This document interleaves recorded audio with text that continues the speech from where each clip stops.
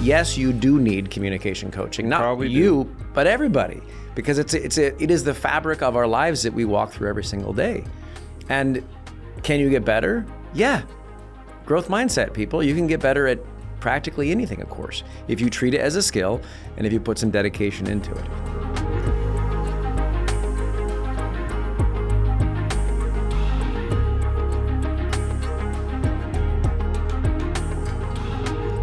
It is a pleasure to welcome back to the podcast. He may be familiar to some of you, communication guru and author of the brand new book, Don't Say How to Communicate More Effectively to Live a Better Life. Drum roll, please. Michael Chad Hoeppner. Welcome, Michael. Thank you. Thank you so much. It's great to have you back. So people who don't know who you are, Michael was my communications coach on the presidential. And this story does make it into the book, for which I'm very proud. But after debate number one, which if you remember, was not great, though now I frankly blame MSNBC.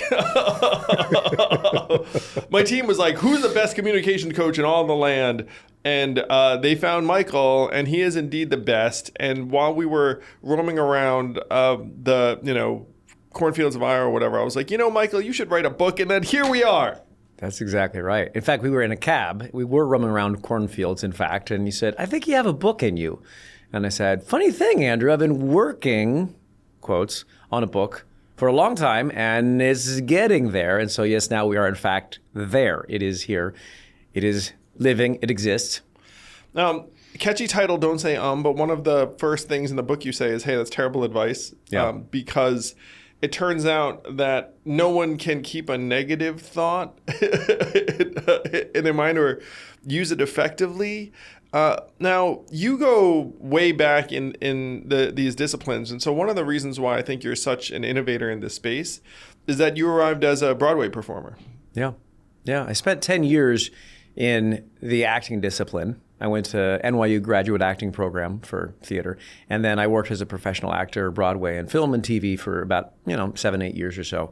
And that definitely informed how I teach and what I teach. But the thing that clicked was that it wasn't just about that. It was about taking tools and even everyday objects that people can use to help them physically change certain patterns. So yes, it's about performance, but it's also about a big fancy term called embodied cognition and getting people to behave differently, to essentially work around habits that have plagued them their entire life. So you took your background as a performer, plus your clear brilliance and intellect, and your innate desire to help people, and then turn that towards business training everyone under the sun, but also you're affiliated with Columbia Business School, whipping future CEO types into shape. Yeah, I taught at Columbia I don't teach there anymore. I've moved out of the city, but I taught there for about half a decade or so, and that was some of the MBA students. But we also designed a course which was cool because they need it, and I don't mean that as a criticism. I mean it that they don't typically get this kind of support. They don't. We designed a course for the PhD students, and that one I'm even more proud of because those folks work for many, many, many years perfecting whatever they're working on, and then they get unleashed into the world to go have much of their life determined by a job talk or a dissertation defense, and they've had almost no training. So we corrected this. We changed it and have a course now for the PhD students too. Well, so guys, this is something I'm familiar with, so check it out. I went to law school at Columbia, and you might have some weird thought of law school training that you get taught to speak in a courtroom or make arguments or debate. None of that. No. None of that happens. And then I cross-registered at the business school, also at Columbia, and the same, like you'd think that maybe they would have some kind of seminar and like how to give a big presentation, Steve Jobs style. Like also none of that. Yeah, it's honestly, I think it's a little bit of a crime for people's careers. I know that sounds dramatic. It's not. Speaking is a physical activity. It takes 100 muscles more to do what we're both doing right now. And the idea that you're going to train... So muscular. Yeah, and you're going to train... You guys can sense it. Two world-class communicators. So many facial muscles being exerted. More diaphragm, lungs, everything. But they sit behind a desk, they study or they work on their dissertation or whatever, just like you're talking about, it's very, for very years. bookish. And then all of a sudden they're going to be in front of a huge audience, right? Either a jury if they're going to be a litigator. It's totally true. So law school is super bookish. I got offers from half a dozen law firms, and it wasn't exactly like a public speaking contest. It was almost purely academic. And so there was kind of self-sorting for people that liked to speak, didn't like to speak, were good at speaking, not good at speaking. But the truth is that this is a massive professional skill. So this is one of the things about America. So we have this highly standardized testing dependent academic system that emphasizes particular cognitive skills. And so when you go to college, for example, sales is thought of as unintellectual.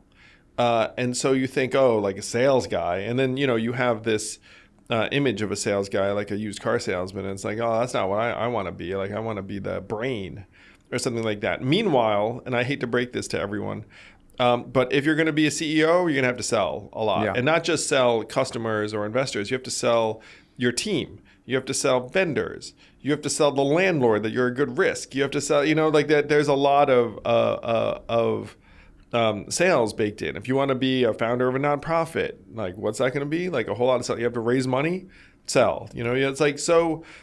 There's like and I can say this as a formerly introverted, or maybe even currently introverted. Who knows? Asian American son of immigrants or whatnot. There was this discomfort that accompanied me at every stage. Be like, oh, I have to, sell. I have to sell. But then, like, I started realizing it's like, oh, if I don't learn to sell, I will be stuck in the back. Yeah. I'll wind up the grinder. So I will also say that my personal experience, I was on the high school debate team, and that ended up being very helpful to me. I considered myself a very good debater and speaker because I made the U.S. national team as a high school senior, was sent to London, England, where I got wrecked by the British, the Brits, like everyone else. Yeah. But still, like, thought, hey, I must be pretty good at this. And then did a lot of presentations and teaching. I ran an education company. I would show up. I would teach open houses. I would teach our corporate clients. So I was like very, very experienced. And so the thought of bringing in a coach during the presidential, frankly, was not something that I thought I needed, honestly, because it's like, and this is, by the way, is one of the things that most people resist. And you talk about this in the book somewhat, where people, it's like, oh, this is somehow unnatural. Yeah. Well, let me put it back to you. So what happened? What was that moment when you're like, I got this. I don't need this. I'm high school debate champion. Yeah. And then what was the transformation to recognizing, oh, I can get better at this too? Well, I consider myself improvement oriented and coachable and a non-jerk. And I would agree. All those, yes. So definitely non-jerk. And so we're in the presidential campaign. Yeah. And they bring you in. It was actually Zach. We're like, Zach, they bring you in. And so then I was like, oh, let me be open-minded. And then you're actually excellent at what you do and concrete. And, it wasn't, it was very action-oriented. It was physical. And by the way, you said this earlier, but one of the things I constantly have in my head where you're concerned is that communicating is a physical act. And so what would happen on the presidential all the livelong day is that I'd wake up at the ass crack of dawn. It'd be 6 a.m. They'd throw me in a rental vehicle. I'd go do some talk radio in New Hampshire. and then guess what? I'm not exactly super pumped and energetic. And so you made me realize, like, look, if you're say the first words out of your mouth or whatever the heck that interview is, like, it's probably going to sound like you just woke up because that's true. Yeah. So maybe you should do some warm-ups in the rental vehicle. And so the team got so sick of me saying Topeka Bodega in the morning because, by the way, that's something that you use to get your facial muscles warmed up. But I would just be like, Topeka Bodega, and I'd sound like I was spouting gibberish. But as like weekend warrior type failed athlete. It's like the athletic metaphor really, really worked for me. And by the way, you may not know this, but during the presidential debates, we're on this incredibly awkward line. It's me, Amy Klobuchar, Joe Biden, Elizabeth Warren, and then I literally just start jumping up and down, and like bouncing around a little bit, like it's like a boxing match or something like that. A prize fight, yeah. And the candidates around me, most of them happily were kind of like bemused because, I was like kind of the spunky upstart candidate. And at some point, initially, some of them did not like me. But then by debate number 4 or 5, they were like, yeah, like I actually kind of like Yang. He's fine. So I was like literally bouncing up and down, in part because of your voice in my mind saying, communicating is a physical act. Yeah. Well, I'm so glad that hit home. I really am. And it's not just a, mindset or something like that. You're actually growing and developing your communication muscles. So as much as the team did not love you having Topeka Bodega on repeat, I hope it sticks with you for the rest of your life.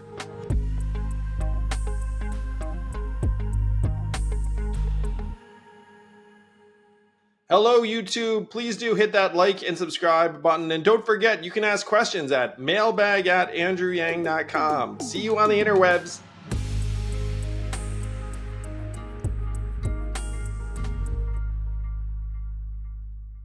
So let's get into the lessons of the book so that people can decide, hey, okay, I think if you're at home, you've decided a couple things. You're like, do I need to communicate? Do I need to communicate better? Does this matter for me? Yes. And you even use this very basic example of this high school kid trying to get his friends to go to see a movie that he wanted to see. Yeah. So one argument is just about everyone could use better communication ability. Yeah. Well, not just that, but you mentioned high school students. So in actually a couple of days, I'm going to be on Good Morning America talking about this very thing, talking about teens and how they have challenges talking now. Maybe it's because they're staring at a screen all the long day. Exactly right, because they're more used to talking into a screen than they are to another person. So to the question of like... Some of them trying to avoid it, having any kind of conversation. Yeah. I talked to my friend as a 15-year-old son. He told me that like flirtation now happens first via Instagram or some other, whatever it is, technologically mediated format. And then if they do that long enough, eventually they might actually bump into each other in the hall and then maybe say hi. It's completely mediated by the screen, which is crazy. But anyway, the point there is that yes, you do need communication coaching. Not Probably you, do. but everybody. Because it is the fabric of our lives that we walk through every single day. And can you get better? Yeah. Growth mindset, people. You can get better at practically anything, of course, if you treat it as a skill and if you put some dedication into it. So whether or not people buy the book, whether or not they ever seek out... Buy the book. Buy the book subliminally. The point is simply embrace it as a skill, practice like an athlete, and get better. Yes. So the book starts out laying out the case and then actually has concrete practices and drills that one can do. And so I think the sport metaphor really helped me. Yeah. And by the way, yet another pre-debate embarrassing image for you all was that we would go outside and throw a ball back and forth and people would be asking me debate questions and then I would be throwing a ball just to get a particular rhythm. And, I guess another candidate could have seen us just... But it's like, why is Yang throwing a ball around also before the debate? Yeah, I found playing this catch. I found this stuff very helpful because, by the way, the customary pre-debate routine is that you're in a green room, very still. You're getting makeup put on. You're standing in line for an extended period of time. It's like it's really not very conducive to your feeling energized or like a human being. So let's talk about different qualities that someone would want to develop. You have a number of chapters on things that people could be looking to improve, and I'll give you one example. Let's say enunciation. Yeah, sure. Well, let me go back actually a second because Please. it can sound as though we're saying, loosen up, warm up, We are, you should. And that ball exercise we would do was absolutely useful for just loosening up and not being all stuck and rigid in that, audition room that is the green room. Absolutely true. But if you remember, we also used that ball, a wiffle ball, as a answering questions tool where I would ask you a question and then you were not permitted to start speaking until I threw the ball to you. Catch the ball, then you can give your mock answer. And the point is what you're doing there, of course, is ingraining the ability to pause for a second and consider what to say next, as opposed to just opening your mouth and letting words fly out. So it isn't just about loosening up and feeling free and it was released, a rhythm which thing it is. Because you detected that one of my issues was that I would feel pressure to launch into an answer and that pressure was unnecessary. And that I actually had much more time than I thought I did. Yeah. So the wiffle ball is an example of that. But to your point about enunciation, the whole book, I hope people use it like a cookbook, which is that it has these tabs on the side pages, which you've seen. Yeah. And the tabs you can flip through and just go to a chapter. Enunciation, posture, gestures, vocal variety, avoiding monotone. And you can just flip to the chapter like a recipe that you need. And I often will joke with people. I'll say, look, I'm the only author who will ever say this, which is I don't care. Tear this book up. Well, yes, two things. Tear it up. But also, I don't care if you read it. I don't. I do care a lot that you read one chapter because people tend to have something that really gets in their way. And if they can gently shift that one thing, what tends to happen is it unlocks a whole virtuous cycle of good communication. So start anywhere, choose one, and enunciation, like you asked about, is a perfectly valid one to start with. Well, so that's one of the reasons why I think this book is innovative, is that you're not trying to prove how smart you are, you, Michael, in this book. You're genuinely trying to help people. And so each chapter is very technical in its way. You talk about the body, you talk about hands, eye contact, each of these things. And like you said, each person will have a different issue they can improve on very quickly. So of my many, many issues, I'm kidding. But so one issue I had was that I tended to launch into an answer because I felt this pressure. Another thing is that I tended to talk too quickly. And so you measured how many words per minute I was saying. And then you were saying, look, you can actually slow down to this much, which helped a lot because all of a sudden I didn't feel some pressure. I naturally talk kind of fast because I'm so smart. But being able to have a rhythm that improved my delivery, but also tended to improve my substance because I actually did have a little bit more time to reflect. And most importantly, it made it seem more natural. And that was one of the light bulbs that I had when working with you, which was, look, what you're doing is unnatural. And the trick is to make it seem like you're communicating naturally and casually because it makes you more trustworthy. More trustworthy. Yeah. Credible. First of all, it is so validating to hear that you've taken all these lessons and you remember them and use them and rely on them. You're 100% right. So the challenge is this. People have a totally false idea of what natural actually is. It's habitual.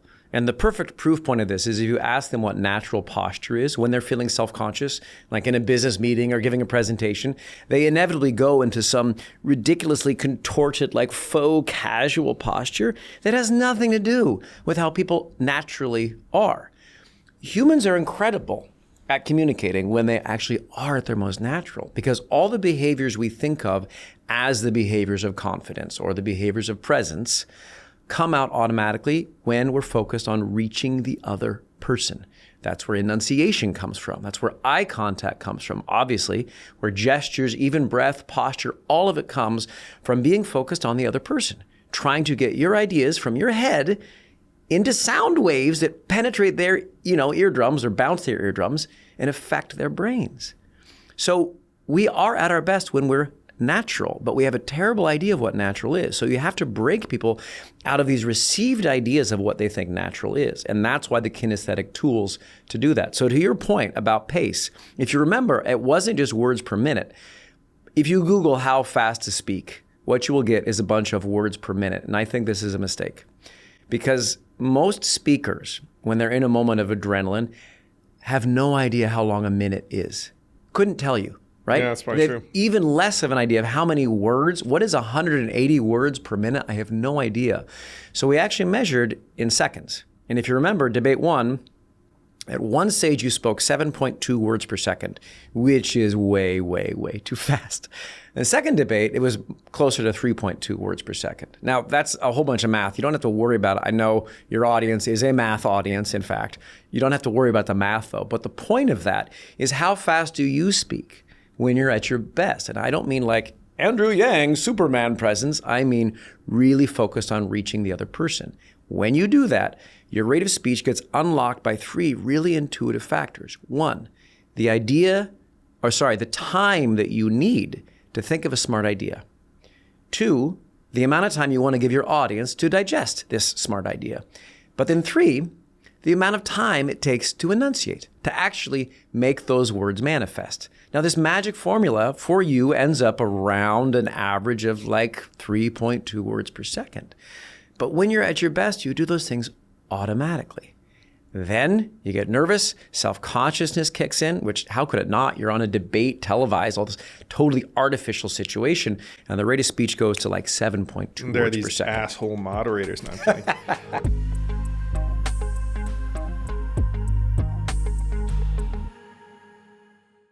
This podcast is sponsored by Helix Sleep. I've been a mattress guy ever since I can remember, ever since I started working out, honestly, because I thought to myself, you know what? If you're going to do something, ideally 8 hours a day, you should try and do it right. I've been partnering with Helix Sleep for several years, ever since they sent me a Dawn Firm mattress that was identified via personalized sleep quiz because I knew I needed extra support. And it's been exactly what I was looking for. I wake up healthier, recharged, more energized. And for some reason, it's my kids' favorite mattress in the whole house, even though it was not made with them in mind. I've had numerous friends buy Helix Sleep mattresses at my recommendation, and they say it's exactly what they're looking for too. Don't take my word for it. It's the #1 mattress recommendation of GQ, Wired, my kids. The list goes on and on. Go to helixsleep.com/yang for 25% off site-wide plus 2 free dream pillows with a mattress purchase. That's helixsleep.com/yang. helixsleep.com/yang for one of the best offers of the year. With Helix Sleep, better sleep starts now.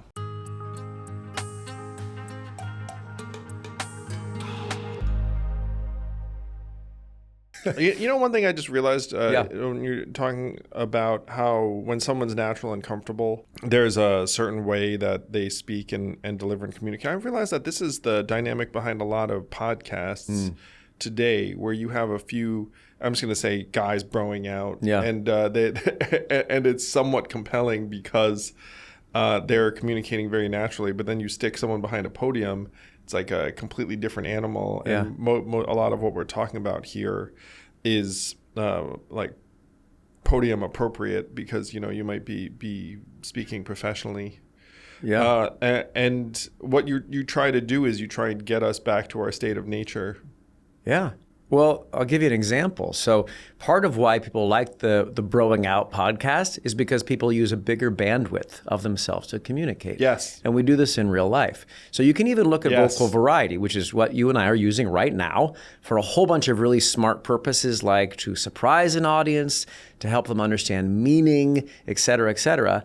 And then you go to the podium and the typical speaker contracts all vocal variety like that. It becomes sort of monotonous. Completely. And the vocal variety piece was something that I also really benefited from. So the things that I had issues with, to the extent that people are trying to think back to the 2019 season, but I would talk too fast, I would answer too fast, and then sometimes my answers seemed kind of similar to each other because I have a particular way of talking.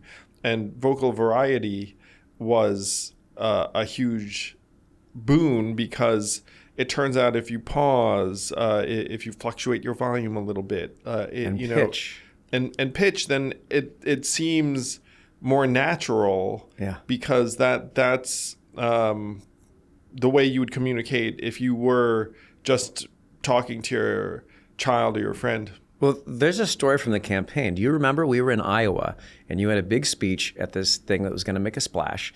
We practiced a bunch for that. And you were sandwiched between, I think it was Amy and then Mayor Pete was coming up after you, and you killed. And a lot of what we worked on was that very, and I'll do it now so you can actually hear it. Because the first time you're doing a speech, the speech pretty much consisted, and I'll just make some sounds right now, pretty much consisted right here the entire time, no matter what. Now, I'm giving you like a characterization of it, okay? No, Cliche. I remember the Iowa build-up. Yeah. I remember that event. And then we actually worked so that everything that you said had a build to it. So you were almost like at a rock concert or rallying an audience, that your voice was all of a sudden had peaks and valleys and all kinds of stuff. And you killed in that situation. It was the best speech of the night. I remember that vividly. It was an interesting environment too, because the stage was round. Yeah. And so you would just be talking, and it was like walking in around circles. And I spoke after Joe Biden, who, by the way, was terrible. Yeah, terrible. Because that setting, terrible. You had to be pretty freaking with it to deliver. Yeah. And the team. And by the way, this is something too where you and Zach, we really built up to that event because we're like, okay, this is going to be the chance to make a splash. Yeah. And then we realized after the fact that the press kind of had already written the story, and it didn't really matter. Though you can look it up because that event, I think, was either the high point or one of the high points of the campaign in terms of delivery. And you could feel it. I felt it that night. My wife, Evelyn, is here with us tonight. We have two young boys, Christopher and Damien. And I'm running for president because of a thought that the parents here in this room have had, but we have been afraid to express. And it is this: our kids are not all right. They are not all right because we have left them a future far darker than the lives that we have led as their parents. Experts are calling this economic transformation, this period, the fourth industrial revolution. When is the last time you heard a politician even breathe the words fourth industrial revolution? Never. Just now, right? And I am barely a politician. These are the problems that got Donald Trump elected, and this is what you must solve. This is how you must use your power. You walked off, we gave you a huge hug, if you remember. Now, you're saying Biden. Probably this whole audience is not surprised to hear that you communicated better than Joe Biden. But what you're forgetting is that Mayor Pete came right after you. Now, people right now, because of his Fox News hits and other things, people think of Mayor Pete as, very, very high on the communication sort of evaluation. You were better than he was that night by not an insignificant margin, by a lot. And a big part of that was that you were actually using your voice like an orator. And for those of you who are keeping track, we've mentioned a couple of these P's, but I've actually named this system with a 5P kind of alliterative model to help people remember it. Pace, pitch, pause, power, and placement. Pace, of course, is speed, what we were talking about. Pitch is high and low. Pause is silence. That's the wiffle ball. Power is volume, loud and quiet. And then placement means where the sound amplifies in your body. So if you're listening to this and you're thinking about vocal variety and how it works, you can probably already intuit maybe some of the places in which you could improve and you could have greater fluidity with that. But here's a key thing.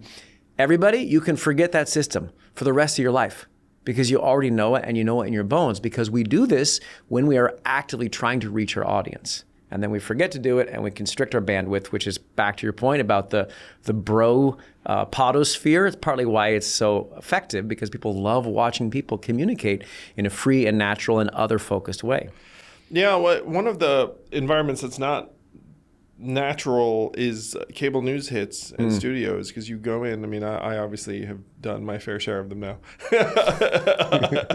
And they're very unnatural. What you helped me do is adopt all these practices that made me actually feel more natural. Yeah. And then that ended up coming through, and then I internalized them to the point where, like you said, it's like you don't have to think about it all the time. Yeah.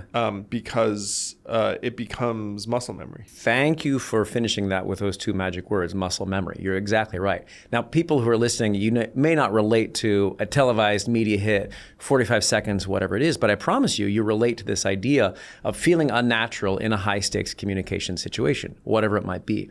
And the essential thing is that you can't rely on some sort of list of mental reminders of stuff to keep in mind, because all you're doing then is making yourself have to work harder cognitively, more multitasking. You have to build muscle memory, which is why in the book, the chapter on stance, there's pages that you fold flat. There's 2 footprints. You practice standing on the book with grounded feet. The chapter on enunciation, you rip out a page, fold it up into an impediment, put the impediment in between your teeth, and practice fighting past the impediment. The one on structure and conciseness, you tear out a page, tear it up into 6 pieces, and you practice sharing one thought at a time, placing down the object and tolerating silence.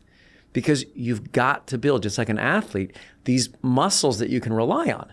Because in those moments, your brain, your squirrely brain, your monkey brain is going to fail you. Your body won't. And this is what performers know, athletes, dancers, singers, actors, but we don't get that training as speakers in everyday life. And that's partly, of course, why I wrote the book, because I hope people, not just like you, who are running for president and can frankly afford to, have me driving around Iowa with you, that they can pick up a book for $30 and get some version of the same thing.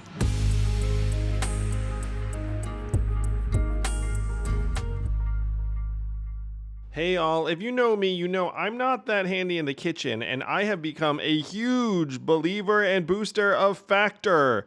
Factor's delicious, ready-to-eat meals make eating a joy. It's so fast. You just pop that thing 2 minutes later, and you are eating a restaurant-quality, healthy meal, making you feel excellent about yourself.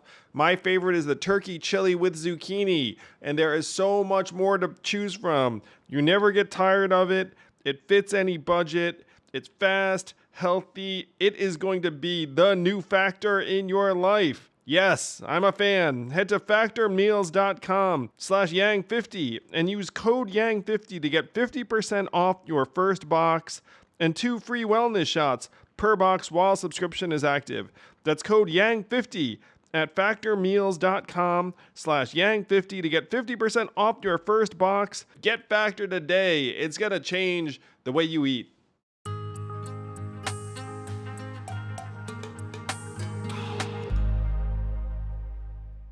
And one of the things you were pioneering is that you were trying to develop tech tools for folks early on as well. So what's funny is you would think that Michael, clearly somewhat classically trained and Broadway performer and whatnot, and you'd think then it would be book, but really you did it in another order. It was classical training and then tech tools in an app, and then book. But you're no stranger to technology. And what's interesting is I think technology is both eroding a lot of people's communication abilities, but it's also making it all the more important if you can do so. Some of the stuff in your book is about how to try and apply these things in a Zoom, which some people will be familiar with. I feel like this book is bridging a gap in a way because you also have developed tech tools that people can utilize if they want. Yeah, sure.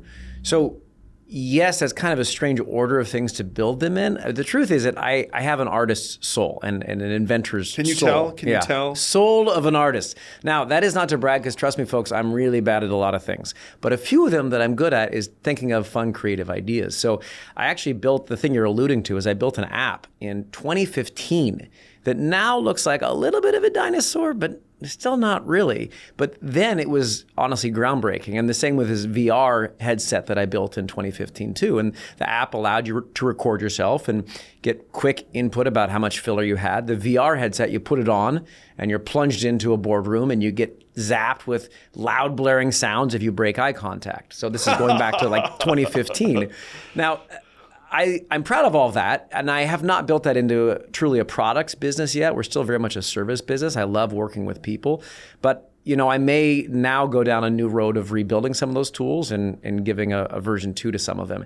It's interesting because we're at the point now where you really could have almost like an exoskeleton of communication guidance at all time. You could have a physical version of Scarlett Johansson in Her with Joaquin Phoenix, the earbud, but you could have it over your whole body. And it could be giving you gentle, real-time guidance on posture and breath and enunciation. Like, we have all that capability. We're very close. So then it quickly gets into the same murky waters we find ourselves in with all tech and all AI right now is, do we want that?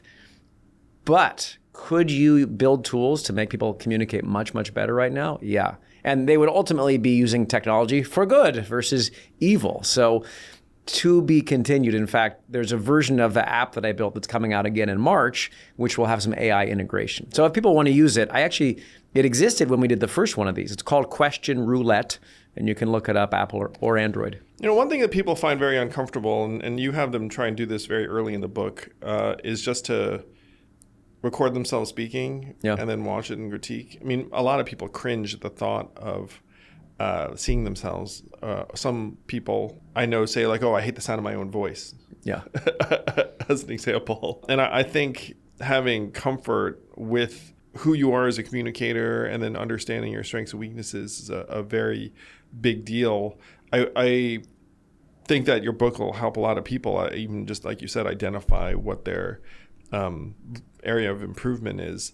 I remember when I was running a nonprofit that I'd started, and I was invited to speak at various conferences. And then I was like, oh, I can't do that because I'm trying to build this org, and I don't know whether speaking at that conference is going to deliver value or whatnot. And it was my colleague Mike Tarullo, who was younger than me, very smart. Now he's doing really well at Bonza. But he said to me, hey, Andrew, in order for Venture for America to get to this level, Andrew Yang has to get to this level. Mm-hmm. So anything you do that's good for Andrew Yang is good for Venture for America. And so you should go to this conference. And I remember feeling like, I'm being given permission because I'd feel like I was neglecting my team. You obviously travel away, you go to this thing. And then I would sit on the panel and I would do my thing. I would speak. And 9 times out of 10, something good would end up flowing out of my having been to this event. Yeah. And sometimes that good thing was money. And my goal at that time was to grow the organization, which involved fundraising. But there was some part of me that it blew my mind. I was like, wait a minute. It's a thing that you can go to conferences, and if you do a good job making your case, someone will actually write a grant to your organization 7 months later. And it's like, oh my gosh. So it wasn't clear, it wasn't predictable, it wasn't direct, but what was generally predictable is that something good would happen. Yeah. I say this as a way to convey just how important communication is. Because what was I doing? I was there talking about, the mission, the vision of the organization, what we were doing. And you could drive value, but it hit me during that time. It's like on one level, because I'm, hardworking, studious, son of immigrants and, blah, blah, blah. It's like, wait a minute, my job is to go to these places, go to these gatherings and talk? Yeah.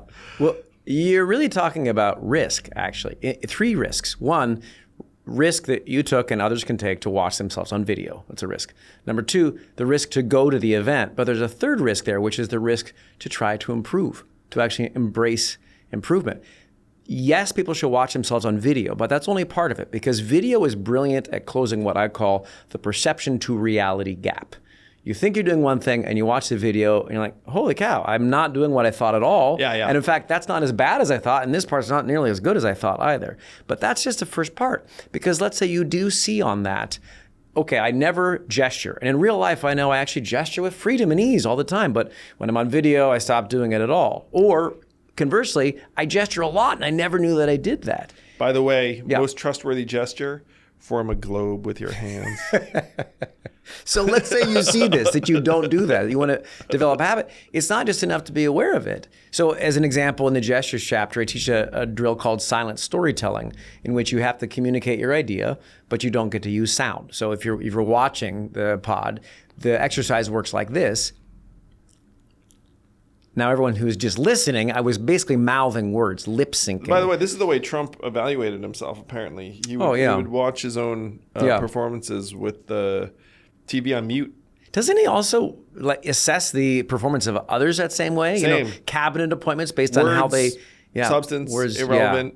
whether you look the part, whether your gestures seem effective, whether you seem in control. That's right. Do you have command? Yeah. By the way, not just that, Eric Adams, when he was hiring police commissioners, the same thing is like they had him do mock press conferences and be like, and this is, by the way, one of the darker elements of today is that the substance now has become less relevant compared to just your ability to present, communicate, spin. And this is something that Michael takes very seriously. Michael's like, look, I would prefer to equip good people to do good things because it's a real tool. It's a real skill. But this has definitely started to dominate in our politics. I joked with a journalist the other day that it felt like Trump's team is kind of made for TV. And that's probably no accident. I mean, they literally just sit there watching video recordings of it's like, hey, can this person run a good press conference? I mean, half the way various political figures evaluate it is the same. And so you can obviously bemoan that and say like it's not great, or you can just say, look, this is the world we live in, so let me try and become effective within it. Let me pitch audience. Let me pitch you on why delivery matters so very much. So you can think of delivery content, which is what you say. Delivery is how you say it, and the point you're making is that content has been deeply, exactly. It has been deeply eroded for a variety of reasons. Yes. I'm delivering it authoritatively and confidently. That's right. Hire me, Donald. No, I'm kidding. That's right. So a couple points about what you said. One, Donald Trump is a delivery machine. And by that, I mean, he doesn't care what comes out of his mouth. But imagine this. Imagine if in one of the debates, his delivery crumbled. He never has non-fluencies. He never actually crumbles or collapses his posture. He's always gesturing with some level of freedom and ease. He's always spitting out dynamic enunciation. When he doesn't know what to say, he just doubles down on superlatives. Very, very, tremendously, bigly, whatever it is. But he keeps going as almost like a delivery machine. Tall posture, decisive enunciation, sweeping gestures, uniform rate of speech at the top of whatever he's trying to point out as fast as possible at certain times. If it gets stuck, he simply pauses for a moment and then throws in more superlatives. What if he crumbled?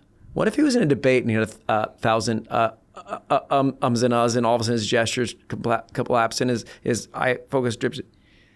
People might still vote for him. I mean, at this point, who knows what he'd have to do to lose voters, but his brand of like strength in communication, it would crumble almost instantly. Now, that's about him, but what's about the listener right now is the following.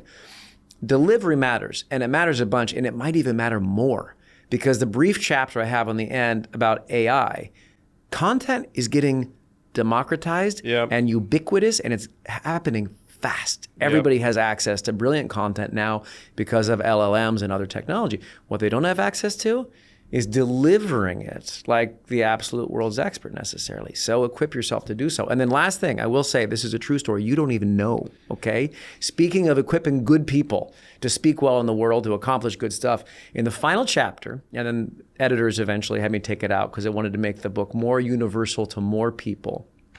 In the final chapters, I said that coaching Andrew Yang was one of the great professional privileges of my life. Yeah, there you go, buddy.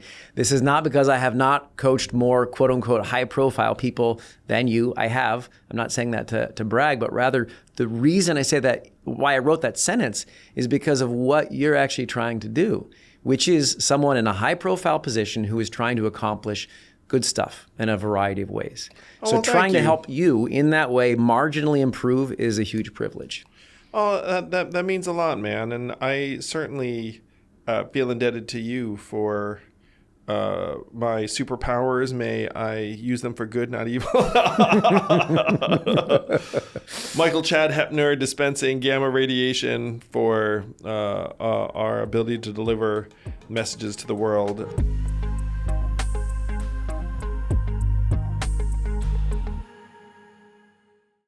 This podcast is sponsored by ExpressVPN. How did you choose which internet service provider to use? The sad thing is, most of us didn't have much of a choice because ISPs operate a lot like monopolies in the regions that they serve. They then use this monopoly position to take advantage of customers, and yes, they even sell your data, your activities to advertisers and big tech companies, and you don't see a dime. That's why I protect my internet surfing and devices with ExpressVPN. When you use ExpressVPN, it's like a magic portal to a perfectly safe and anonymous internet. And don't take my word for it. This is the #1 VPN service according to CNET. It's used by major companies all over the world. So stop handing over your personal data to ISPs and other tech companies who then mine your activity and sell off your information. Protect yourself with a VPN I trust to keep my privacy online. Visit expressvpn.com/yang. That's expressvpn.com/yang to get 3 extra months free. Go to expressvpn.com/yang right now to learn more.